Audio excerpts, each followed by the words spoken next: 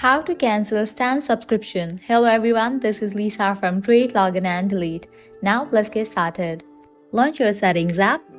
At the very top, you'll find your Apple ID. Click on it. Now head towards the option of subscriptions. In this page, you will be able to find different sections.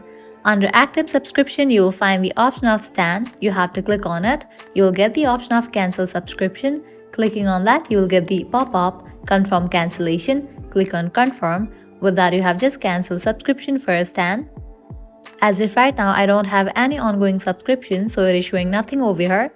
In the case you do have subscription, it's gonna appear in this page, and following these steps you will be able to cancel subscription for your Stan account.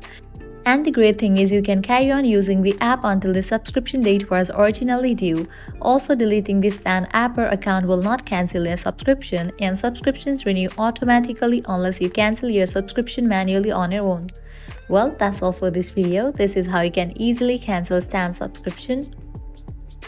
At the end, if you guys find this video helpful, don't forget to like, share and subscribe to our channel. Thank you.